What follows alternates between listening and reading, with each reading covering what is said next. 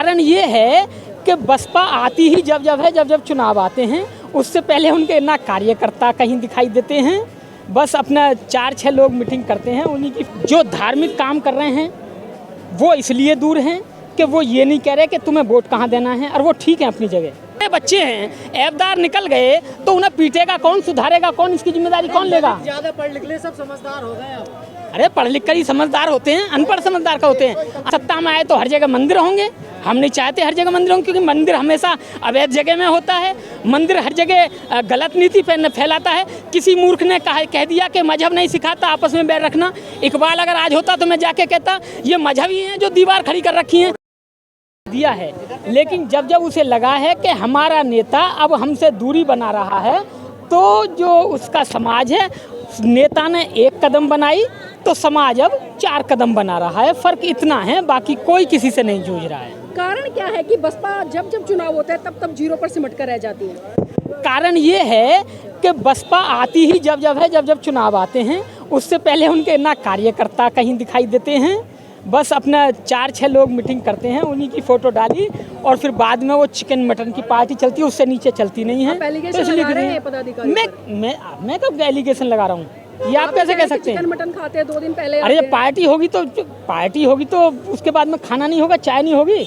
अब चाय होगी तो सूखी तो होगी नहीं, वो कुत्ते वाले बिस्कुटों के साथ तो होगी नहीं। पार्ले जी की जी होगी तो काजू होंगे, बादाम होंगे, वो पिस्ता होंगे।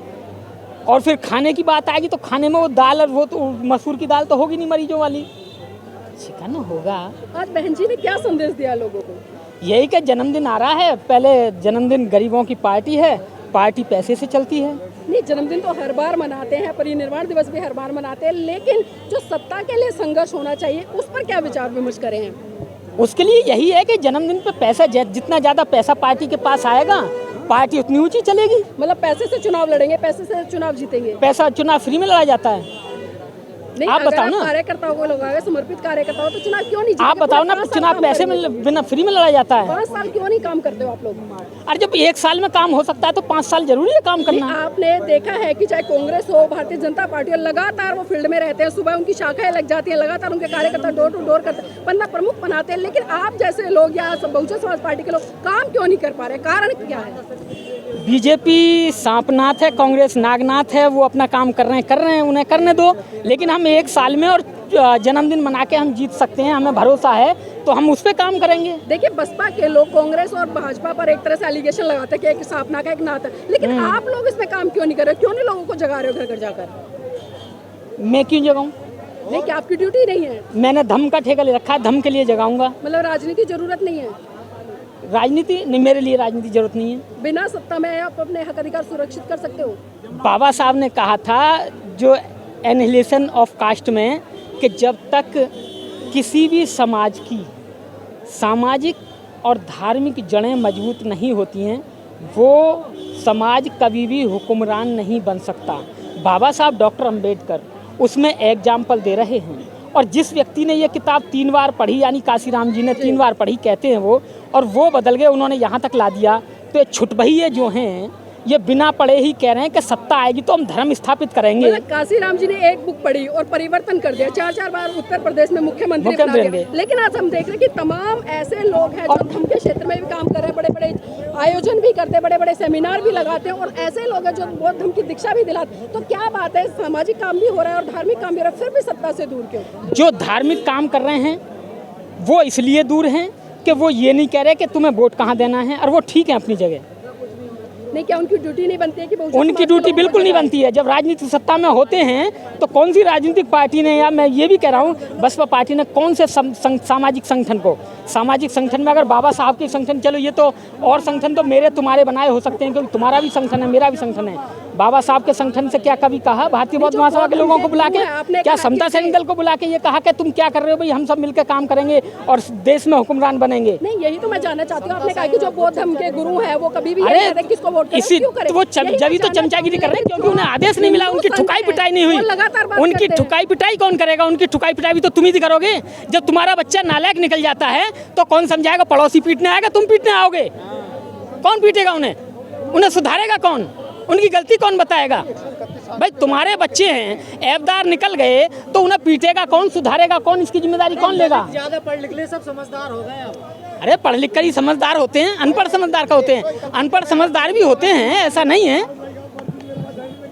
लेकिन समझदारी और पढ़ाई लिखाई दोनों अलग चीज़ हैं। लेकिन सत्ता पर चलना और धार्मिक चलना ये अलग अलग चीज़ हैं। सत्ता पे चलना है, सत्ता पे काबिज होना है तो धर्म का भी संरक्षण लेना पड़ेगा, समाज का भी संरक्षण लेना पड़ेगा। आपको नहीं लगता सब दलितों को बीजेपी में शामिल हो जाना चाहिए? नहीं होना चाहिए। उनकी अपनी आइडियोलॉजी है, उनकी है कि हम सत्ता में आए तो हर जगह मंदिर होंगे। हम नहीं चाहते हर जगह मंदिर होंगे, क्योंकि मंदिर हमेशा अवैध जगह में होता है। मंदिर हर जगह गलत नीति फैलाता है। किसी मूर्ख ने कह दिया कि मजहब नहीं सिखाता आपस में बैर रखना। इकबाल अगर आज होता तो मैं जाके कहता ये मजहब ही हैं जो दीवार खड़ी कर रखी हैं। अगर मजहब नहीं होता तो किसी के अंदर लड़ाई नहीं होती। अरे भाई चुप हो जाओ, रातों रात और दिन के दिन मजहब ही हैं जो लड़ाई कराते हैं। हिंदू को मुसलमान अच्छा नहीं लगता, मुसलमान को हिंदू अच्छा नहीं लगता।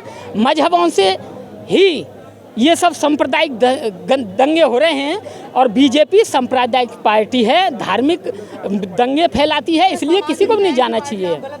हाँ, सामाजिक न्याय की पार्टी कौन सी है ये आपको अच्छा लगता होगा, लेकिन बीजेपी कभी भी अच्छी पार्टी नहीं रही है किसी भी सहूलियत से, एक नहीं किसी भी सहूलियत से। शशि भूषण जी जाते जाते हमारे दर्शकों को साहब मान्यवर काशीराम जी के परिनिर्वाण दिवस पर कोई ऐसा गीत सुनाए ताकि कम से कम उनमें थोड़ी बहुत प्रेरणा आए और वो समाज के लिए समर्पित हो जाए। देखिए, प्रेरणा के लिए तो मेरे पास कोई गीत नहीं है कि मैं प्रेरणा दूं के गीत से उत्साहित हो जाएं। लेकिन एक ऐसी चीज़ है कि वोट ऐसी चीज़ है कि आदमी से हम कह तो दें, लेकिन जाते समय जब वो दे के आता है उसका प्रमाण नहीं होता कि उसने कहाँ दी है। ये सिर्फ वही व्यक्ति जानता है। इसको तो डलवाने वाला व्यक्ति भी नहीं जानता कि किसने किसको डाली होगी। मैं तो यही कह सकता हूँ कि विवेक और बुद्धि सभी के पास है। विवेक और बुद्धि से काम ले रहे हैं लोग, कोई किसी के बहकावे में नहीं आ रहा है। यूपी में भी यही हाल हुआ, हरियाणा में भी यही हाल हुआ। ये सब लोगों ने अपनी बुद्धि विवेक से काम लिया। चुनाव से पहले अक्सर हम देखते हैं, चाहे उत्तर प्रदेश में चुनाव, हरियाणा में चुनाव, पंजाब में चुनाव, बसपा पार्टी के तमाम नेता पहले से ही पोस्ट करने लग जाते हैं कि हम 30 से ज़्यादा सीटें जीतेंगे या 50 से ज़्यादा सीटें जीतेंगे, लेकिन परिणाम होता है आज बहन जी को कम से कम 4 आदमी आधे घंटे का टाइम लेना चाहिए था कि एक माइक देके भाई बीच में, भाई तुम खड़े हो जाओ, कहाँ से आए हो, भाई तुम्हारे यहाँ सब ठीक है, कोई परेशानी है, कोई सुझाव दो। 2 मिनट में, 2 मिनट से ज़्यादा बोले तो माइक ले लो। सुझाव बीच में से लेना चाहिए था किसी को उठा के। वो सच बोलता व्यक्ति, झूठ नहीं बोलता। कार्यकर्ताओं के साथ में संवाद नहीं है, अभी झूठ नहीं बोलता वो। लेके देखे पूछना चाहिए था, लेकिन बुला के अपनी बात रख देना। ये कहा कि चुनाव के लिए हमें तैयारी करनी है। हमारा रिजल्ट यूपी में भी ये रहा, हरियाणा में भी रहा, सभी राज्यों में ऐसा रहेगा। क्योंकि ये जो कार्यकर्ता हैं ये निठल्ले हैं। ये सिर्फ बहन जी को खुश रखते हैं और बहन जी इनसे खुश हैं। लेकिन कार्यकर्ता देखिए कैसे ये तो देखिए कह सकते हैं, मैं इतना नहीं कह सकता, ये आप कह सकते हैं, लेकिन मुझे इतना मालूम है। विधानसभा गाजियाबाद से टिकट दे दिया गया, पहले आपके साथ ही थे ना। अब रवि गौतम, उसने पैसा नहीं दिया था, उसका टिकट काट दिया, जेल में। टिकट कटना बटना ये तो पार्टी पे बहुत पहले से दाग लगता रहा है और इसके भी नेगेटिव परिणाम होते हैं। इसलिए पहले से ही ये निर्णय किए जाएं या वहाँ से 4-6 कैंडिडेटों के बायोडाटा लेके जनसभाएं करी जाएं सभी से।